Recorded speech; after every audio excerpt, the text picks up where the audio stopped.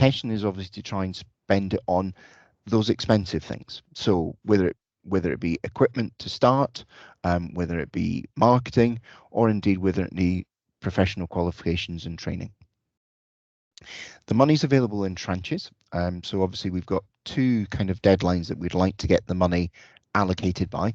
First one is obviously coming towards the end of this month, the 26th of November, and the next one is the 28th of January 2022. Just to give you an idea of sort of funding that's available, we've got enough money to give 26 businesses or 26 people a startup grant. In terms of, you know, where do you get information about it? On the bottom of the slide, obviously it references, you can go to LDC's website. Hopefully what we can do is share after today's session some relevant contact details. We have an absolutely excellent economic development officer called Jonathan Percival. Jonathan is always happy to speak to anybody on the phone, because sometimes that's a much easier process than trying to wade through it yourself and look at obviously trying to find information on the web. So that's what's available in terms of a startup grant. There is £3,000 available. The government, obviously, in supporting businesses through the COVID pandemic, has done lots of different grants. And where they are at the moment is they're providing what they call an additional restrictions grant. And we're in the third tranche of funding that they've made available. The focus, as you may have seen, obviously, in the budget in terms of the ongoing rates relief for next year is around sort of leisure, events and hospitality sectors. We want to obviously make sure that we don't just help those direct businesses, but we also help those who are in their supply chain. So what's on offer at the moment is a one-off grant of £11,471.44 to be precise, that is available to anybody who would fit the criteria that you can see on the screen. Now, in terms of the amount of funding that's available, we're in a position that we can help 20 businesses. So if you are involved in the sector or in the supply chain serving that sector, I would say to you, please get in, because the key and crucial thing for us is we need to allocate this money by the end of March 2022. So that's our deadline, that we want to get this money out of the door by then. And if we can't spend it in this way, we'll obviously then look at moving it to different functions if we can do that. So please, if you're in this area and you haven't had a grant before, please get in touch again with us, either online or via Jonathan, and we can make that funding available to you. Training. We're very conscious, obviously, that whether or not you've needed to furlough staff or otherwise, what might help your business grow is obviously upskilling and training either existing employees or new employees. We've got a grant on offer at the moment of up to £5,000 per person. Now, again, in terms of funding that's available at the moment, we've enough funding to give 6 £5,000 grants, but not everybody will want a £5,000 grant. They might need less than that. So the pot might go a little longer than just 6 people. But again, going back to my earlier comments, if we can't manage to give away the additional restrictions grant to eligible businesses, we'll move some of this money around so that if whatever you need, if you are eligible, we will try to give you support wherever we can. Obviously, you'll hear later on in terms of, as James has already touched on, there is training through the Scales Hub that can help as well, and Avilia is going to cover that for you in the next session. The one with the ever catchy title, the To Thrive Grant. Basically, we're conscious that, I suppose, the pandemic has made everybody have to look at their business. Can you carry on doing things exactly as you did before, or do you need to try and look at alternative ways of bringing your service or your product to market? So therefore, again, there is a grant available of between £2,000 or up to £5,000 to help businesses look at how they diversify. That could be the simple one of saying that you've been used to people coming through your front door to purchase your products, and in reality it would be helpful to you to try and develop an online presence to do that. You might want to get some specialist advice in to help you grow but obviously there's a cost to that, and it's therefore actually I've got to pay for the electricity bill and the staff wages and everything else first. So in which case I'd like to do that, but where do I get the money to do that? This grant is obviously intended to try and help you look at moving your business into additional areas if that would be helpful to you. Now, what's imminently going to become available is very much, we hope, some funding that would help you look at taking on additional staff. Now, I'm going to say a little bit here. I'm then going to stop, and I think Avelia is going to come in for a minute, and then I'll just finish my last couple of slides. What we've tried to look at is to say, what do we believe is the average wage in the UK? If we look at obviously what national insurance contributions we expect you to have to pay as the employer, if we look at what you've got to pay as your pension contributions under auto enrolment, when we look at that, we get to a figure of around about £35,000. And therefore, what we've tried to do is make a grant available that basically says it'll give you 10% of the cost of an employee. Because of obviously the sectors or the age groups that have been affected most by the pandemic, which tends to be those up to 25, we're targeting obviously the £3,500 grant if you create a new employment post for anybody from a school leaver up to the age of 25, or indeed those aged over 50. So as long as what you're doing is you're creating a new full-time role, there's £3,500 that you can have to go towards employing that person and covering their costs. Now, that's about a month and a half, nearly 2 months of their employment. With the greatest will in the world, there's no strings attached to it. It is quite simply the council stepping forward and saying, what we want to do is we want to try and encourage new employment in our district and try and give you some help towards doing that. At the moment, the funding that's in the pot for this is enough to create 52 jobs. So as long as we can obviously get 52 jobs created, we get all the money spent. What I'd really love to see is that we get enough jobs created that Jonathan needs to turn around to me and say, actually, Ian, we spent all the money. Is there any more? So that would be my ideal. So very much it's appeal to you today.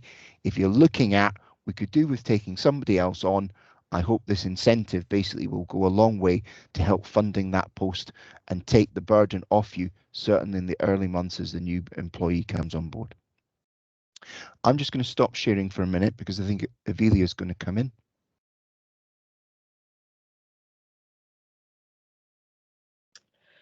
Yes, hello and good morning to all attendees on the call. My name is Ibelia, and as Councillor Edie has rightly said, I'll be working very closely with Jonathan to ensure that any business that is interested in accessing the Job Creation Incentive Grant is able to. So I will really be your first port of call for any initial inquiries, and my role really is just to help any business to move smoothly from the inquiry phase right up into the application phase when it comes to applying for your grant. So as is always the case, there will be a couple of forms of paperwork that you will need to complete, and my job really is just to make sure that everything is completed in the correct manner, compliantly as well, just to ensure that you are able to access the grant. And if for whatever reason there are any barriers to you accessing the grant, I'll be on board as well to go for any points of feedback with you to just see if there is another avenue or angle to access the funding that you need. So that's just a very quick hello from me. I will be popping up again very shortly to do a brief overview of the Skills Hub and what we do over here at the Skills Hub. But in regards to the Job Creation Incentive, just to say hello so you can put a face to the name, and to let you know what my role will be throughout the application process as well. So that's all from me, Councillor Edie. I'll hand back over.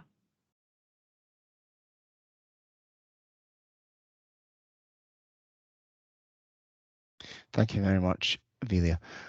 Now, hopefully I've started sharing my screen again and you can see the summary table that I mentioned earlier on.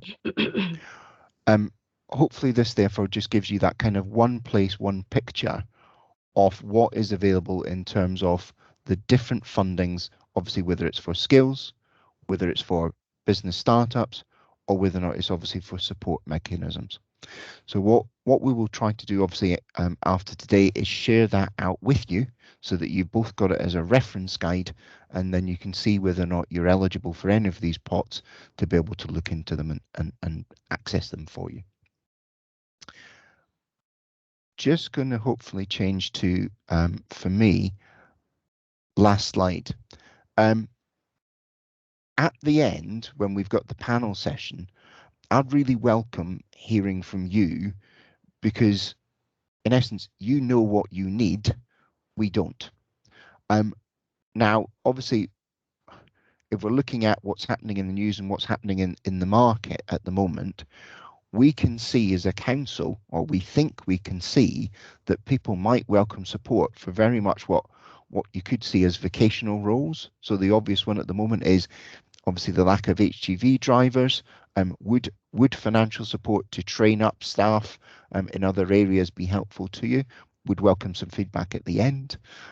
We're obviously looking at whether or not do you need any more digital marketing support?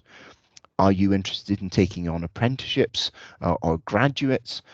So very much at the end, what we'd really welcome is any feedback from you in the sense of saying, how would we best use the money that we've got available to us so that we can give you the support that you need? Because the worst thing for us to do is to come up with the ideas in Frog Lane and actually they're not be relevant to you. So if you can give us some feedback at the end, that would be really, really welcome. And I'll touch on a little bit more in terms of why we're making that ask in my next sort of set of slides when we're talking about the high street and tourism. So I'm just going to stop there. As Avelia said, she's coming back really, really quickly, such as now, and she's just going to take you through a few slides as well on her side.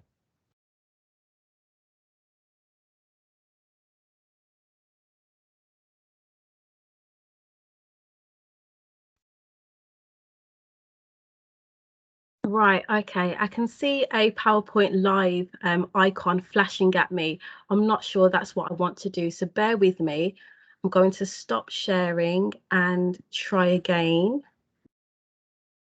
That looks more like it. Right. Okay.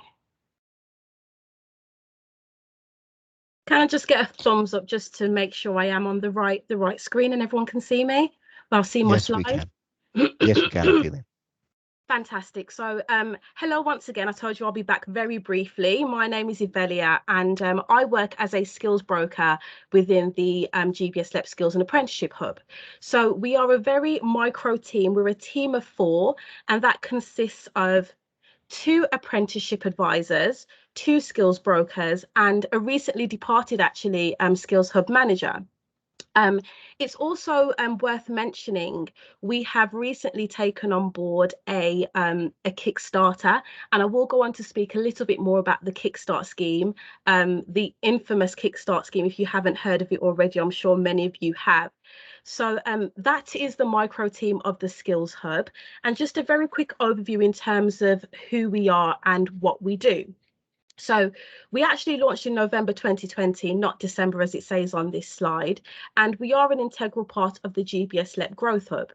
So our services, we focus on providing impartial advice and guidance to SMEs that are interested in exploring their potential to grow through training and development. Now, this can take shape in 2 forms. It can either be the training and development of your existing staff, or it can be the training and development of fresh talent that you would like to almost give a stepping stone into the workplace, mold and develop their talent as a view to them then reinvesting back into your business and helping you to grow long term. So that is what we do for the clients that we support. And you're probably very familiar with this little map that we've got over here in the right hand corner. Now, this just highlights all of the areas that we are able to support businesses in. So if your business falls under one of these patches, then absolutely we would love to hear from you and find a way that we can support you as well. So it's just worth me saying, because a lot of the time when we speak to our clients, they ask us, well, is the Skills Hub a training provider, or Do you sell training? We do none of the above. We are connectors. So our aim is to connect local employers to our network of local authorities, training providers, FE colleges, and we really work with businesses to identify the support that they need and the best skill solutions to help them to promote and grow a talented workforce. So to enable us to provide this service to local businesses, we've designed a very holistic assessment tool, which is called a training needs analysis. And the training needs analysis is very important because it allows us to do some fundamental things. So firstly, it allows us to gain an insight into the structure of your business and identify any skills gaps that may be present. It also helps us to identify the right skill solutions to help you develop your workforce as well. Very often, you know, clients, they engage with us and they say, right, we've heard about Kickstart, for example. Can you tell me everything about Kickstart? And I'm pretty sure that that's the route that I need to go down to grow my business. And after a very brief conversation, we're able to present to them lots of other schemes that are very similar to Kickstart, but may have, you know, slightly different caveats to them. And by the end of the conversation, the dynamic has completely shifted. And in actual fact, it probably isn't Kickstart Scheme that's the best. It may be Traineeships that's a better fit for your business. So, you know, the TNA, it really helps us to pinpoint and identify the right skill solutions for your business. And then the final part of what the TNA is designed to do, it's designed to enable us to make a meaningful referral and connect you with one of our partners to deliver your identified skills solution. So the Skills and Apprenticeship Hub, we are fully funded by the Department for Business, Energy and Industrial Strategy. And we offer all of our services, including the training needs analysis, completely free of charge. So to date, we've completed over 100 TNAs, helping businesses to engage with various different skill solutions. So just to put that all into perspective for you, here are some of the more popular skill solutions that we have recently been connecting our clients with. So first and foremost, the Kickstart Scheme, the infamous Kickstart Scheme. Some may say the Kickstart Scheme has been the bane of skills advisors' lives, but it's been very useful and very, very helpful to a lot of our clients that we've been working with. So in short, Kickstart provides fully funded employment placements for young people aged 16 to 24. From a business perspective, if you are able to create a brand new position where you can guarantee a minimum of 25 hours per week, the DWP, who are the funding body for this scheme, are able to award grants of £1,500 for every young person that you are able to employ under the Kickstart scheme. Now, the beauty of this scheme is that it really does alleviate a lot of the financial pressures associated with taking on board new staff. It's also a great way to invest in young people. We've heard time and time again that 16 to 24-year-olds have been amongst the hardest hit by the pandemic. So it really is just an opportunity to provide a stepping stone for young people back into employment. So that is the Kickstart scheme in short. Moving on to before I move on to apprenticeships, just worth me sharing, the Kickstart scheme is very quickly coming to an end. It originally was due to end on the 31st of December, but it's recently been extended until March 2022, which is brilliant news if you are still considering the Kickstart scheme. However, what we're finding is with the two route ways to market being an independent application or application through a gateway provider, we are finding that gateway providers are slowly starting to close their doors to new clients.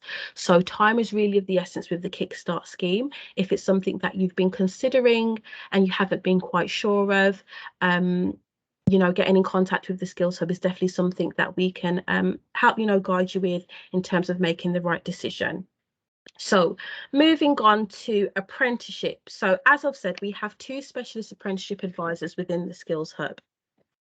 And in short, apprenticeships are able to provide an individual of any age the experience and the opportunity to learn whilst they earn. So I'll go into a lot of the benefits of apprenticeships in the next slide, but that's just a very, very quick outline of apprenticeships there.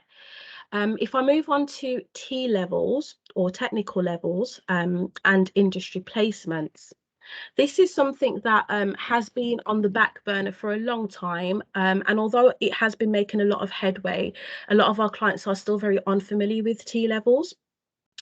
T levels will slowly become the gold standard qualification for hospitality, accounting, and health and social care sectors. And in short, T levels are actually equivalent to 3 A levels. And they have a very large emphasis on an industry placement, which is really there to solidify any learning that can take place on a vocational course. So T levels are very well suited to any course that is vocational. And they are a 2-year program, which is predominantly geared towards 16 to 19-year-olds. So that is T levels in a nutshell. And then moving on to traineeships. So traineeships were launched in 2013, and very similar to Kickstart, they provide opportunities for young people to gain work experience. However, traineeships are not paid, so there isn't a paid element for the employer or the learner. But what it does is it allows young people to take part in a meaningful work experience and also complete relevant qualifications whilst they're there. Traineeships are suitable for 16 to 18-year-olds. It will be extended to 19-year-olds if there is an healthcare plan attached with that young person as well. So that is traineeships in a nutshell there. So when we're speaking with employers and they ask us, well, yeah, I'm going to take on board a young person for, say, for example, for 6 months or for a few weeks. How is that helping that young person to get their journey into employment and their journey to competence? Because what we want to avoid where we can is that cycle of young people or learners taking part in training, taking part in work experience, but then still being looped into unemployment at the end of that. So typically, this is what a journey to competence could look like. Now, if we look at Kickstart Scheme, for example, Kickstart Scheme and traineeships would be an excellent precursor to a young person taking part in an apprenticeship. So each of these opportunities would really be an excellent gateway for a young person who maybe is working at a very entry level, has minimum work experience, but has all the right attributes and the right acumen in terms of attitude and transferable skills. So if you just look at that as a visual there, and very similar to T levels and industry placements, a young learner who is taking part in T levels could complete an industry placement within your business, and that allows you to get to know that young person. You would have already invested a lot of time into that young person.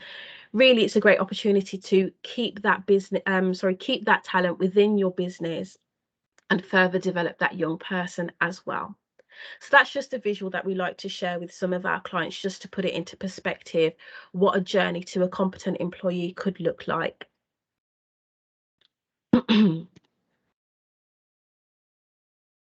Right then, so some of the benefits of apprenticeships. So bear with me, I'm just going to bring up, there we are. Right.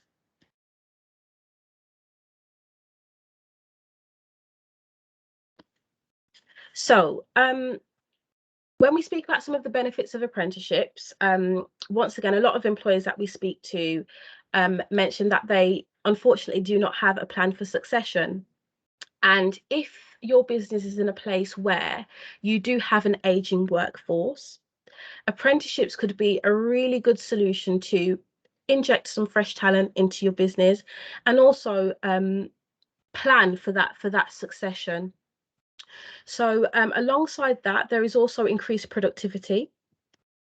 Hiring apprentices is a very highly cost-effective way to increase your workforce, and studies have shown that over 80% of businesses that have employed apprentices have boosted their productivity as a result. So, sorry, my slides are jumping around there. Okay, so the cost of an apprenticeship can, for taking on board an apprentice can be as little as £2.68 per hour for a 16 to 18-year-old. And also, this is something that is very flexible with employers. So there are grants available for any young person that you take on board or any learner that you take on board under the apprenticeship scheme. And at present, it is around £3,000 per apprentice. So this really does give you leeway to up the wage payment that you're offering your learner if you are able to. But from a financial perspective, the cost of taking on board an apprentice is far less than it would be for a regular method of recruitment. Okay, and then just a few other benefits there. So helping to tackle the skills shortage, which we've already mentioned, and future-proofing your business as well. Right, so how else can the Skills Hub help? So I've briefly spoken about some of the main skill solutions that we are connecting our clients with. But it's also worth a mention some of the other funding streams and grants that we are supporting our clients to access. The main ones being the Supplier Skills Programme, which offers training grants between £500 to £18,000. And this is a match funded grant that is being filtered out from Birmingham City Council. So the Supplier Skills Programme is an excellent way to develop existing staff members, and it also allows businesses to access those higher level qualifications, as the grant does cover qualifications from level 1 right up to level 7, which is obviously your postgrad master's level qualifications there. So a really excellent support system for any businesses that are looking to upskill their staff at a much higher level. And then on the other end of the spectrum, we have the skill support for the workforce and skill support for redundancy. Now, very similar pots of funding available, but what these two initiatives do is they give employers access to qualifications, usually from level 1 up to level 3, as a route way to upskilling staff members that are within their workforce already or are at risk of redundancy. So just a very quick overview of those initiatives there. Okay. So with all that being said, if you are interested in any of the information that you've heard there, or you would like to know a little bit more about any of the initiatives or how your business can get involved, the next steps are very simple. It would entail booking a one-to-one digital appointment with either myself or my fellow colleagues. So as I've mentioned, we've got 2 specialist apprenticeship advisors, and there is also another skills broker who does exactly what I do. So the process would be to book a digital appointment and look at completing a training needs analysis. That way we're able to make sure we're pointing you in the right direction and identifying the best skill solutions for your business as well. And we can also just have an impartial discussion around your business's goals, what your aspirations are, and any barriers that you've experienced that have been hindering your growth or the development of your staff so far. So you can contact the Skills Hub via the general info at inbox, which is just highlighted in blue there, or you can complete the inquiry form, which is on our Skills Hub webpage. Or alternatively, and I'll just pop onto the next slide because you will see all of the contact details for my fellow colleagues, including myself. You can pop across an email directly to any of the skills brokers or the apprenticeship advisors as well.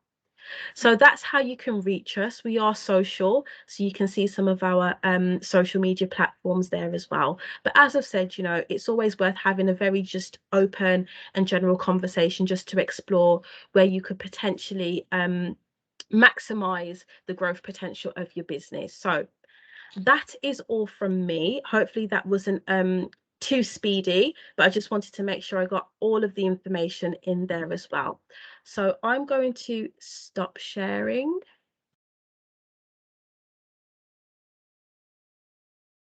Okay, I'm not sure what you guys can see now. Has my screen disappeared? Yes, Yes, yeah. Fantastic. Okay, thank you very much.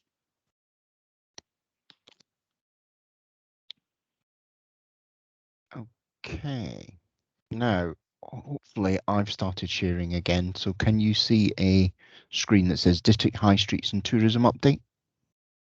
Yeah. Yes, you can. Thank you very much. Okay. I made an ask in my last few slides of we'd like your input at the end. And I'm certainly, if I've got about 11 slides just to take you through, the final one is exactly, can we have your input, please, because we've got money to put into the local economy. The next couple of slides, I'm just going to walk you through, I hope to be a little bit in terms of informative of what's happening, what do we understand is going on at the moment in terms of high street and tourism. For me, I don't see a difference between our visitor economy, our high street, and our general economic activity, because they're all interlinked. What we want is people to come out and spend with the greatest will in the world. It doesn't matter whether or not they're coming from Lichfield, Burntwood, or Rowas, or they're coming from further afield. We want them to come and spend their money in our businesses. So to a certain extent, whilst that there is a bit of a focus here in these next few slides in terms of on the high street and tourism, I hope you'll see there's a bit of a wider context as well in terms of obviously the general economic activity. What I wanted to share with you was a little bit of a picture in terms of what do we understand is happening in terms of people returning to the high street.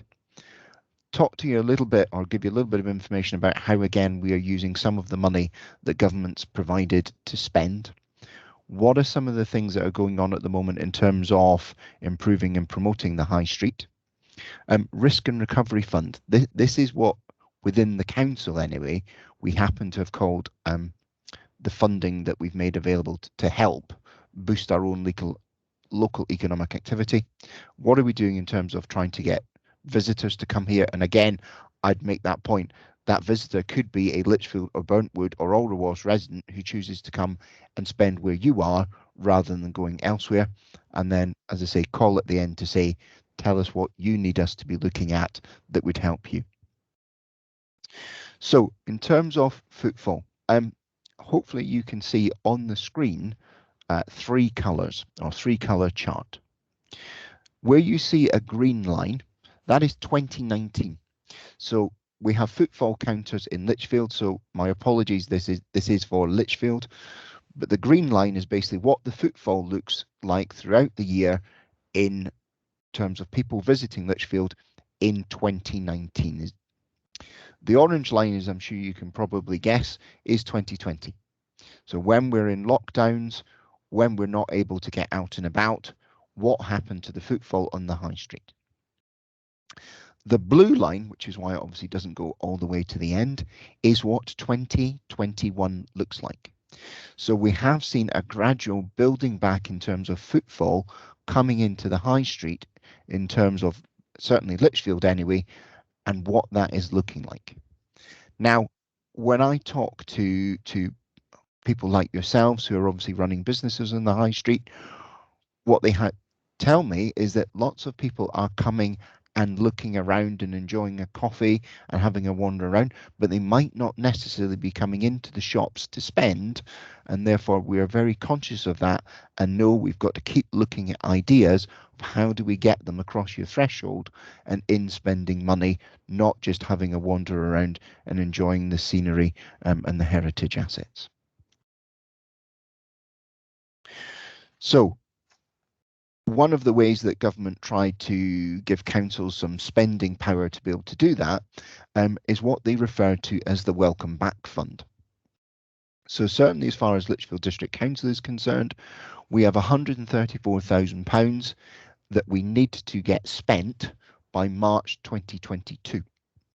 We do have a number of things that are already underway that we're going to use to do that. And if I just sort of hopefully give you a little bit of details of what some of those bullet points are trying to convey to you. The council, the council's responsible for doing things that you'd probably recognise. Sweeping the streets, emptying your bins, and equally as well, processing any planning applications. They don't have to undertake activity of trying to attract businesses and employment to be in the district, and equally as well trying to make it better. But we believe it's important to do so.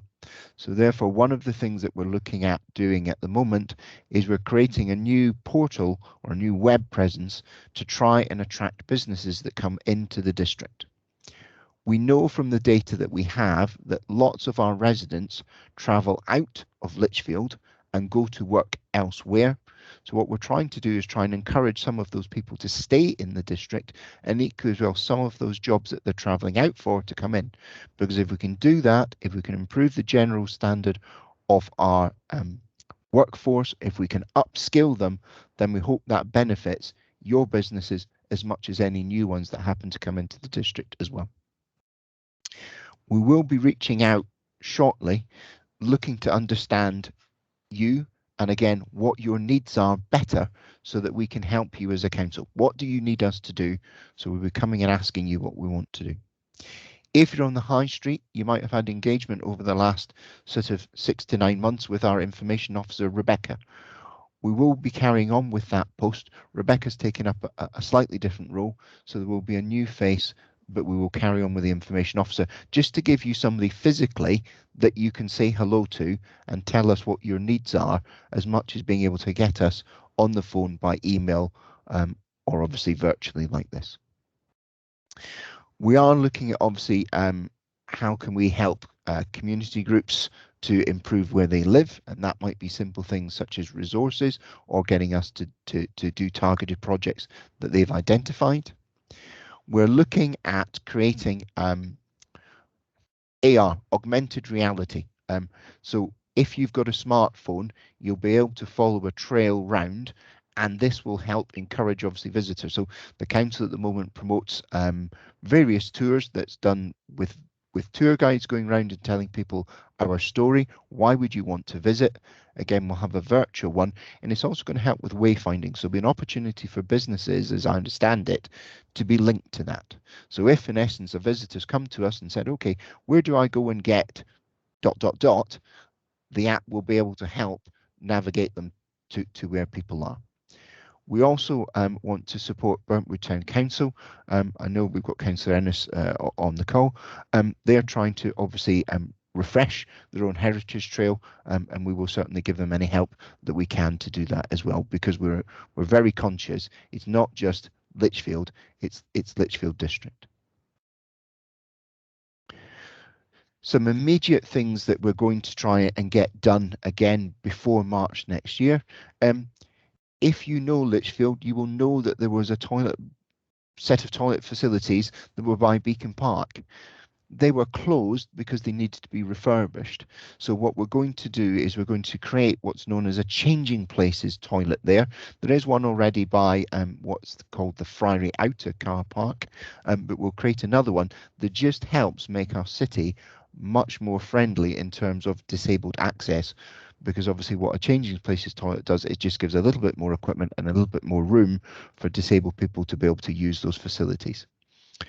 We're also conscious again that it's not just Lichfield, so we will commit, and we have already committed, that we will refresh and refurbish the toilets in Burntwood as well, so our two main population centres have facilities that people will want to use and encourage them to be there and stay.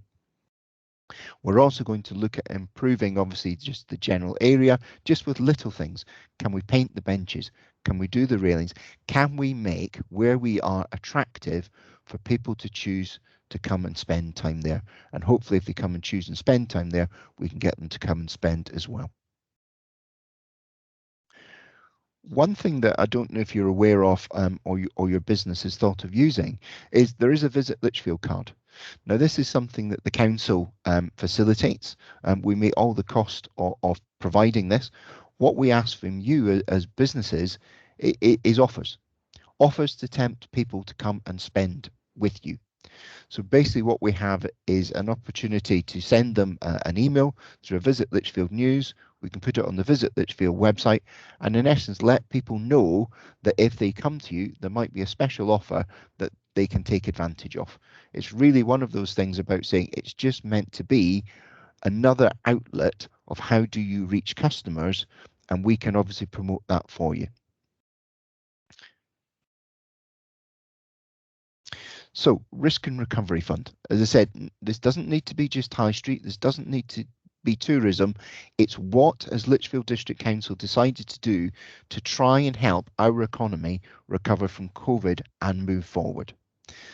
The council has basically committed a fund of about £1.1 million to help.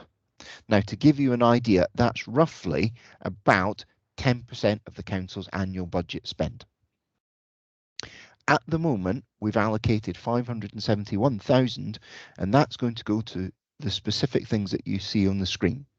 How do we help address youth unemployment? Can we fund apprenticeships to get young people into work? Can we fund things that help people lead healthier and active lives and improve the connectivity between our two main settlements of Burntwood and Lichfield? So you might have seen reported in the news over the last couple of weeks about them looking at a greenway and obviously the study that's being looked at that. You might notice, perhaps not in Lichfield, but if you travel outside, regional marketing strategies. How do we get people to come here as much as what can we do about supporting tourism and the visitor economy itself? Tourism, as we understand it, is important to our district. A very, very busy slide, and I do apologise for that, but what you've got on the top is data that is captured and given over to the council. So what we are told is that there is nearly 2.8 million visits, day trips, coming to our district in a normal year. So this is obviously 2019 data rather than 2020. How many people stay as you're going down the left-hand side? How many people come just for the day? And what sort of idea does that give us in terms of how many jobs does it create? What sort of spend does it create? So when people say, well, why are you bothering with tourism? Why is that relevant? Because obviously we recognise it is an important part for our district and we want to get people to come and choose to spend money here. If we can increase people staying here, we know that puts value into our local economy and all the different parts of it. I think this is obviously quite an important thing because we've got the Commonwealth Games next year. And of course, whilst there will be a lot of activity happening in Birmingham, we're just at the end of the railway line. We equally as well have obviously the cycling aspects that will be taking place over at Cannock Chase. Again, we're right there. I think we need to make sure as the council that we play as big a part as we can in getting those visitors to come and choose to spend time in our district and spend in our district on the services and the products that we have available. So what's some of the things that you may or may not see happening? The council was very clear and recognised that, again, we're good at knowing how we empty your bin. We're good at knowing how to sweep the street, and we're good at knowing how to do planning permission. We certainly are not PR or marketeers. So on that basis, what the council has done is appointed a firm called Storycoms. Now, they're based out of Birmingham, and in essence, what they're guiding us in terms of relevant spend is how do we attract those visitors? How do we get people, for sake of argument, within a 2 to 3 hour geography of us to come to our district and spend in our district and stay in our district? It's always good, isn't it, to have a win in the bag? So Storycoms actually managed to get, before they even began with us, Lichfield mentioned in the Telegraph when they ran a piece on 50 things to do before the end of the summer. So they promoted the proms in the park, and obviously that helped us straight away see people come in. An awful lot of those day visitors that would normally come to us, and we hope will come back again, come on what's known as group travel. So you'll have seen it in the past: Shearings, Johnson's, coach travel, coach trips. So to a certain extent, obviously, we make sure that we are present in that market to attract them to keep coming. Our own regional marketing campaigns, we're running one at the moment, obviously promoting come into the district and see what we have to offer for Christmas, and we will equally do one in the spring and the summer next year, again trying to target people to come, not only if they're looking at staycation again for 2022, or they're going to be in the area because of the Commonwealth Games. And as much as we think it's important to promote Lichfield district ourselves, we do play a part in the wider Staffordshire piece, Destination Staffordshire. So we're making sure that we punch as hard as we can for ourselves, but we equally are fitting into the larger and wider piece that's going on to promote Staffordshire as a whole.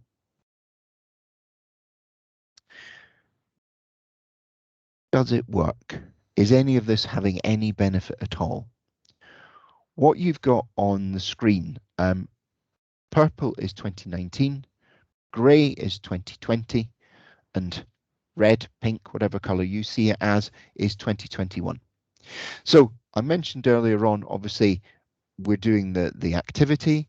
We've got things like the Visit Lichfield card, which is trying to drive people to come to you if you've got an offer to entice them in.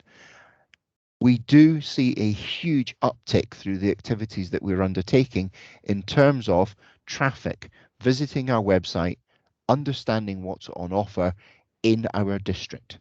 And therefore, obviously, again, I suppose for me, my call to action is, if you've got something that you think you could put out as an offer to business or to customers to come to your business, let us know.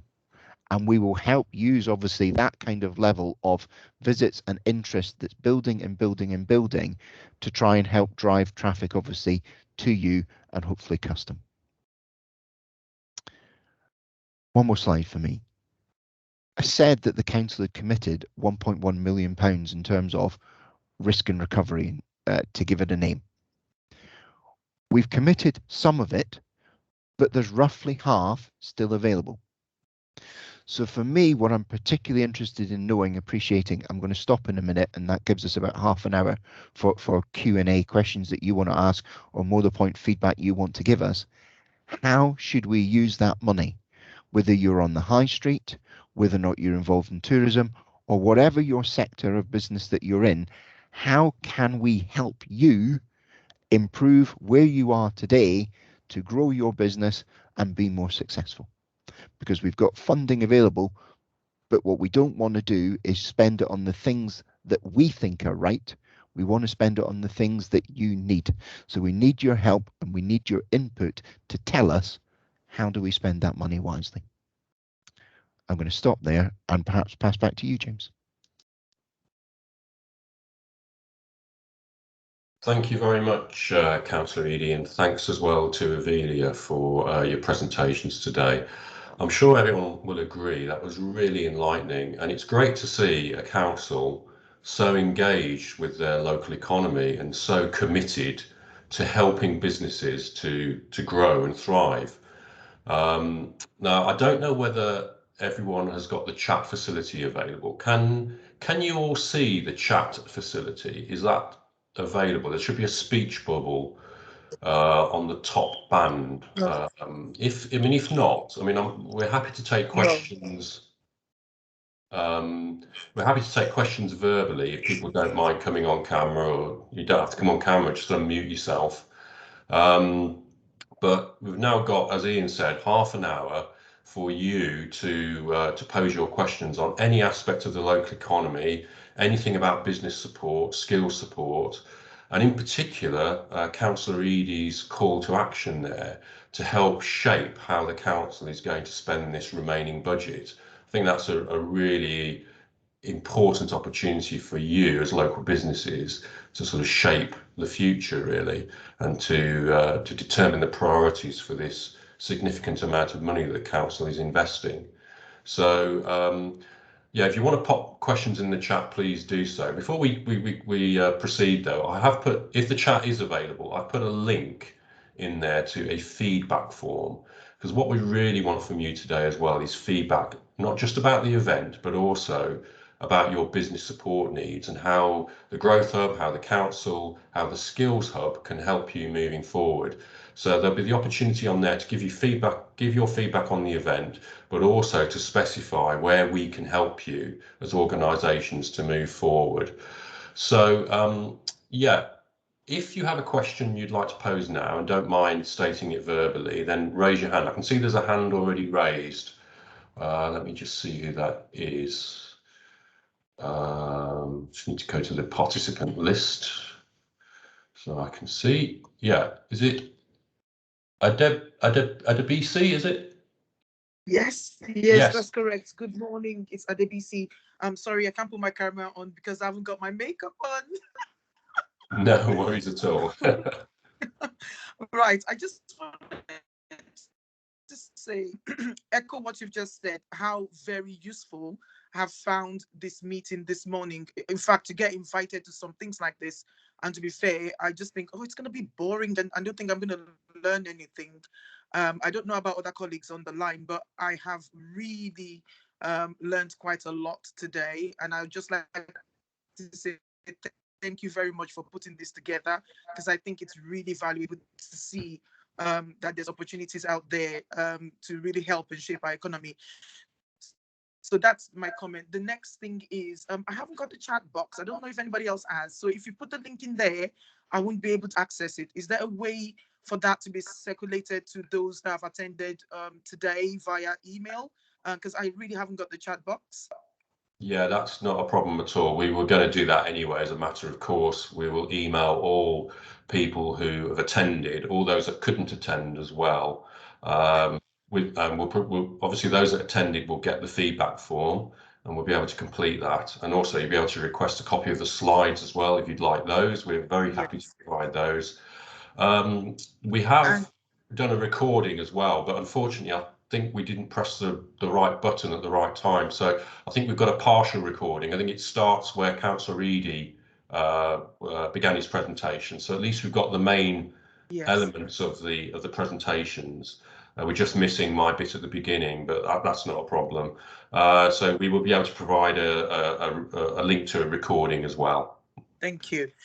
Then my question, if that's all right, is when I joined, my business is not it's a community interest only company, and I focus on actually connecting with the youth and getting them equipped to be able to engage with work and to get into employment and try to dissuade them from getting into non-employment. Is this also a business that you are interested in?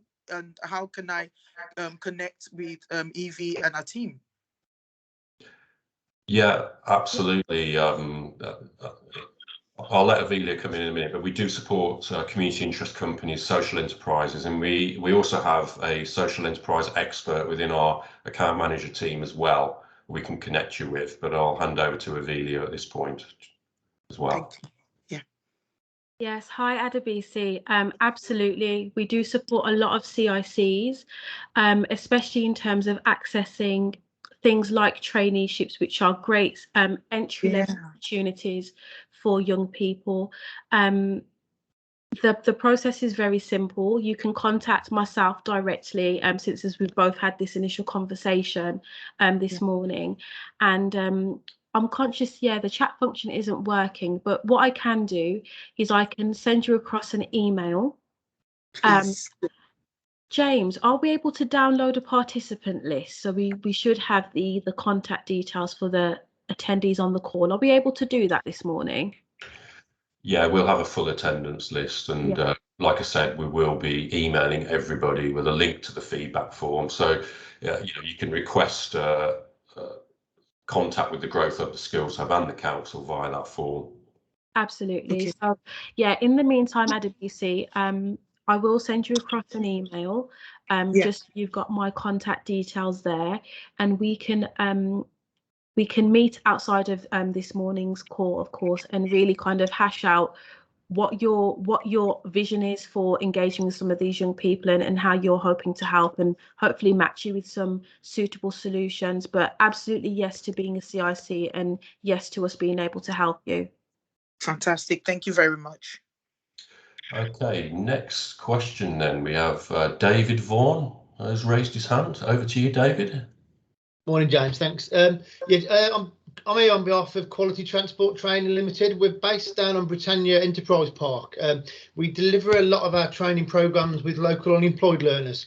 So we work closely in partnership with Job Centre, local probation teams, staff youth offending services, etc. And more recently, the schools. We kind of work and support anyone from the age of 15 onwards. I was interested when Ian mentioned earlier about the potential of HGV training funding. It's a project we're looking at starting in Stoke-on-Trent in partnership with the Job Centre there. They've managed to get some funding available to be able to fund some of the actual training itself. Would there be an option to talk to somebody locally about a pot of funding that may be available to support local residents into HGV training opportunities? We've got a number of employers on board who are looking to take people on, but there's no funding available for the actual physical driver training element. We've got access to funding for the theory, so we can get them from the point of being unemployed to the point where they've gone through all the training through the medical hazard perception theory, up to the point of getting in the actual vehicle itself to be able to drive and train and learn to drive that vehicle. But there's no funding for that element of it. So is there a conversation I can have with somebody there potentially about how we can look at a project or maybe a pilot scheme locally to get some funding allocated for that? If it's all right to come in, James. Oh, it's quite a long question, Ian, wasn't it? That's all right. No, you're absolutely right, David. I mean, what we're looking at is the reality is, there is a shortage.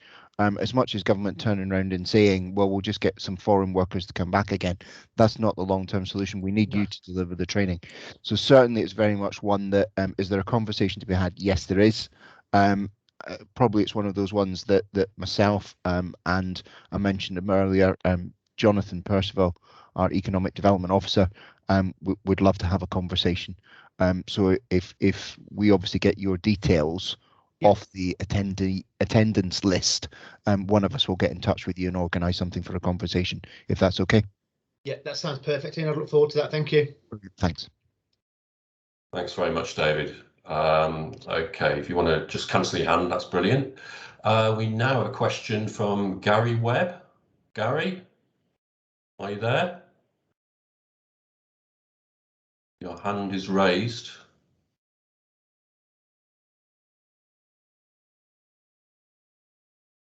Okay, right, we can't hear you, Gary, at the moment, so I don't know whether you've got a technical issue. I can see you're not on mute, but I mean, we can always take the question afterwards if you want to email it to sort of use the feedback form. But if you can resolve your technical problem, then we can take the question in a bit later. Okay. Anyone else got any questions they'd like to ask? This is a great opportunity, as I said, to provide the council in particular with some immediate feedback on their budget allocation and how this could be used to strengthen the local economy. Right, I can see a hand that's just been raised by Anne Schwarzenbach. Anne? Hi. Hello, good morning. Morning. Thank you very much for all the information that you've given, Councillor Eadie in particular. It's very good to hear what you're doing. But I come from a part of the economy that never gets mentioned, which is professional services.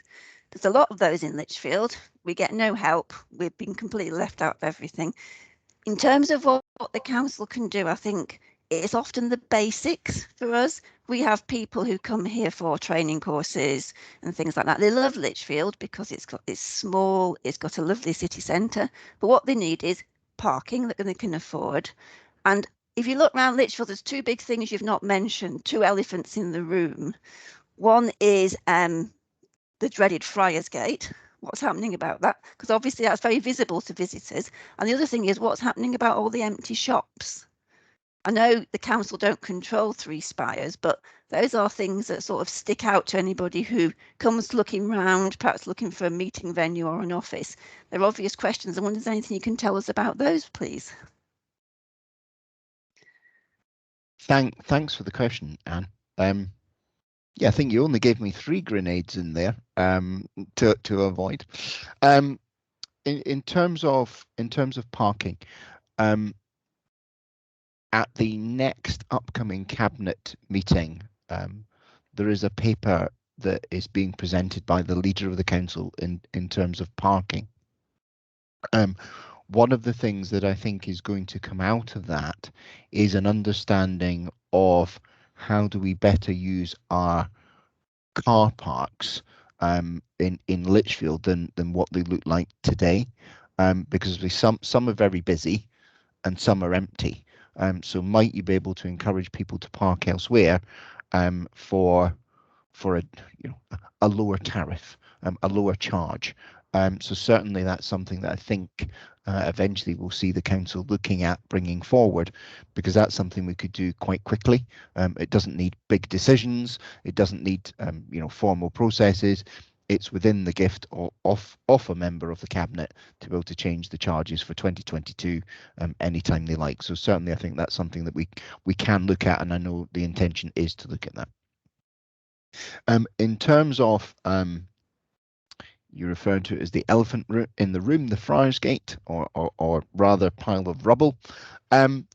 Again, the leader has taken on responsibility for that in the last few weeks himself.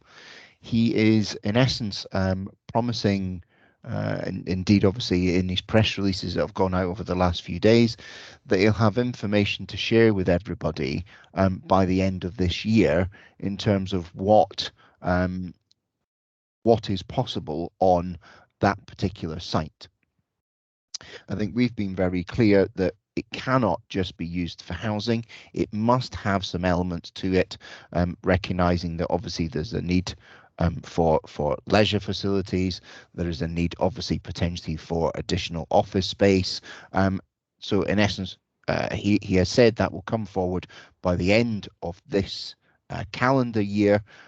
And by the end of March, he hopes we will have brought forward what was the problem with Friars Gate at that particular time, which was actually how does the council pay for it, or how do we get people to pay for it? So to a certain extent, as I say, parking, I think we'll be able to do something fairly quickly.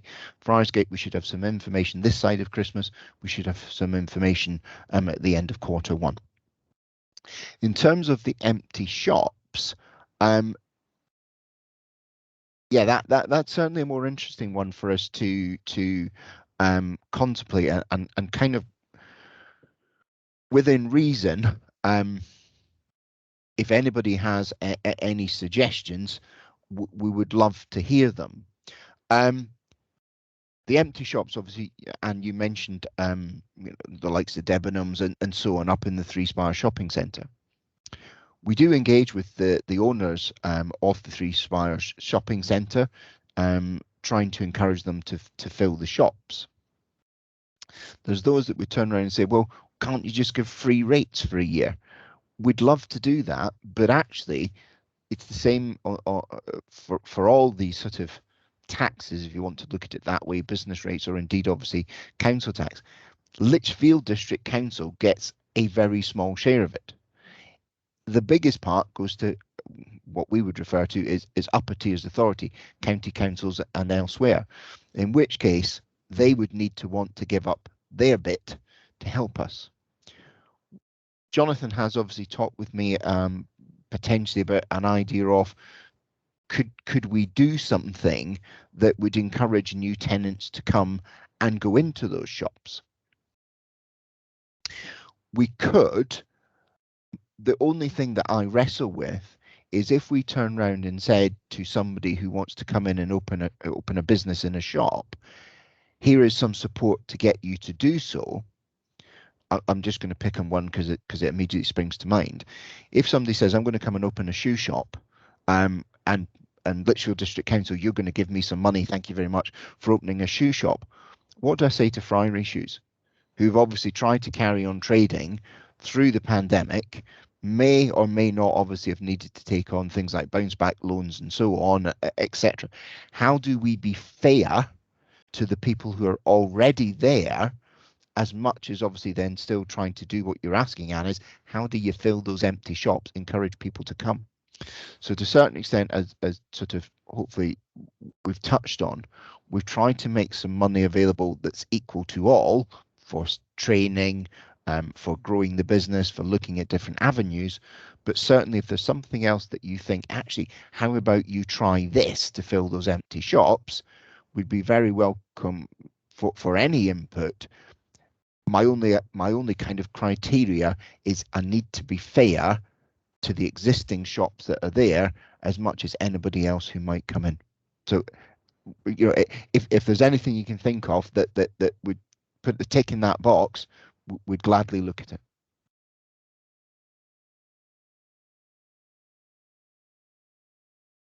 Okay. Thanks very much for the comprehensive answer. Thank you.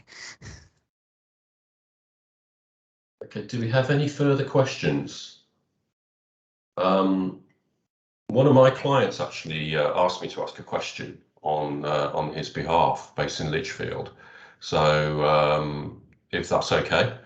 And that question was really around provision of office space in Lichfield, particularly now that there's hybrid working that's coming into being, and there's more sort of flexible office solutions that are kind of needed, particularly in Lichfield. As Anne has alluded to, we have a lot of business and professional services based in the district, and my client was asking really, does the council have any plans to try and encourage the development of flexible office space across the district? Thanks for the question, James. I think the really simple one-word answer is yes, in the sense that we recognise it. You've mentioned obviously flexible working. You know, my day job is professional services as well. In which case, you know, I very rarely go to an actual physical office now. You are where your laptop is, and if it connects in the world, you know, you can do the job. We recognise that there is a need for flexible serviced offices. And the irony isn't lost on us that as the council has been in a number of its kind of staff roles working from home, we have a huge footprint, obviously at the end of Frog Lane, and probably we need 1/3 of that. So very much one of the things that's being looked at, going back to Anne's point of what you're doing about the hole in the ground, we have to think about what we do in terms of our own office accommodation and the empty space and how we make more available. So again, that's one of those things that is being explored as part of the wider master planning for Lichfield. We had a company called David Locke Associates look at the city and in the sense of it say, what does it look like you need? So around the university, ? Could you create some small startup flexible spaces?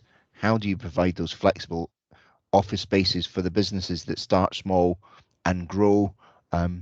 So yes, certainly it's something that's very high on our radar of being conscious that needs to be met, even if it's not the council itself, but we can create a space for somebody to come and do that.